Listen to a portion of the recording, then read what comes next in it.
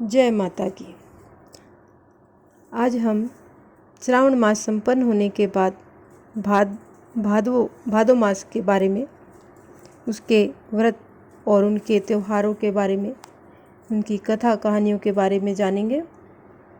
तो अब हम शुरू करेंगे भादो मास के व्रत व त्योहार। उससे पहले यदि आप हमारे चैनल पर अभी आए हैं तो कृपा करके चैनल को सब्सक्राइब कर लीजिए और घंटी जैसे दिखने वाले बटन को भी दबा लीजिए ताकि आने वाली नई वीडियो आप तक पहुंच सके। तो चलिए शुरू करते हैं हम आज का भादो मास के व्रत व त्योहार। भादो मास के व्रत व त्योहार वैसे विशेष त्योहार होता है जन्माष्टमी का त्योहार। जन्माष्टमी से पहले कजरी तीज, बूढ़ी तीज और बहुला चौथ, ये 3 तीज और चौथ की कहानियाँ और त्योहार मनाए जाते हैं। तो सबसे पहले हम जानेंगे कजरी तीज। कजरी तीज भादो कृष्ण पक्ष की तृतीया तिथि को खास तौर से बनारस तथा मिर्ज़ापुर ज़िले में एक विशेष उत्सव के रूप में मनाई जाती है। कजरी की प्रतिद्वंदिता भी होती है। प्राय लोग नावों पर चढ़कर कजरी के गीत गाते हैं। यह वर्षा ऋतु का एक विशेष राग है। ब्रिज के मल्हारों की भांति मिर्ज़ापुर तथा बनारस का यह प्रमुख वर्षा गीत माना जाता है।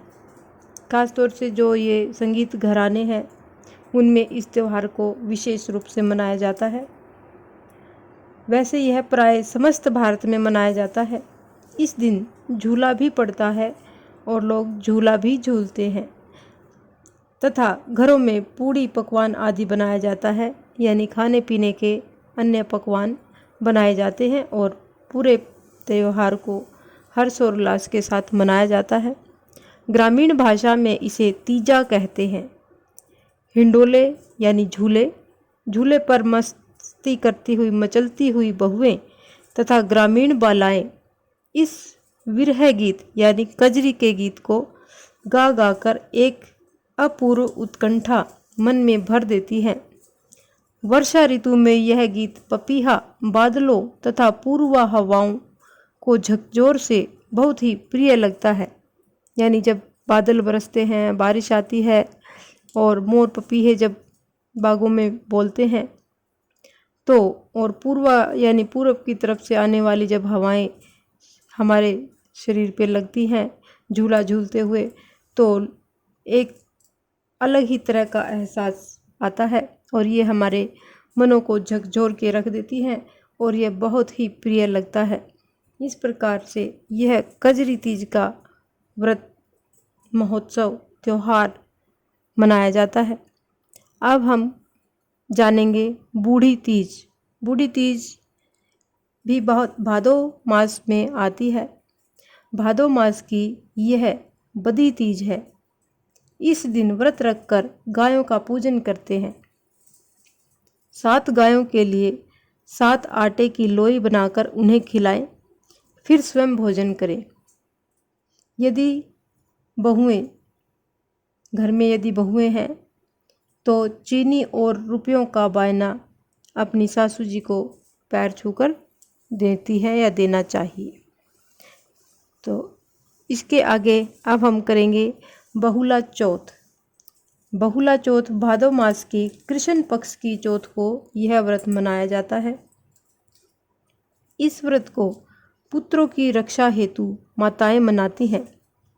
इस दिन केवल गेहूं चावल का भक्षण नहीं करना होता। यानी माताएं जब व्रत रखती हैं तो उस दिन गेहूं और चावल के पकवान या इनको नहीं खाया जाता। गौ के दूध पर उसके बछड़े का अधिकार माना गया है। इसमें गाय तथा सिंह की मिट्टी को मूर्ति बनाकर पूजन करने का प्रचलन है।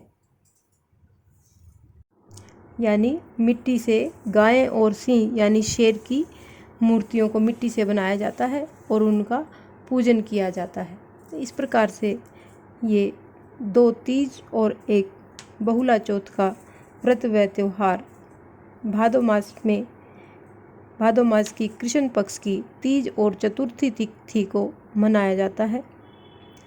इस प्रकार यदि आपको हमारा यह छोटा सा प्रयास अपने देश के व्रत व त्योहारों के बारे में बताने का, उनके कथा कहानियाँ सुनाने का ये प्रयास अगर आपको हमारा अच्छा लगता है तो कृपा करके चैनल को सब्सक्राइब कीजिए और लाइक कीजिए।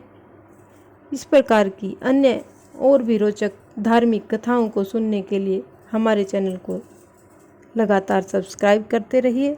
आपका बहुत बहुत धन्यवाद।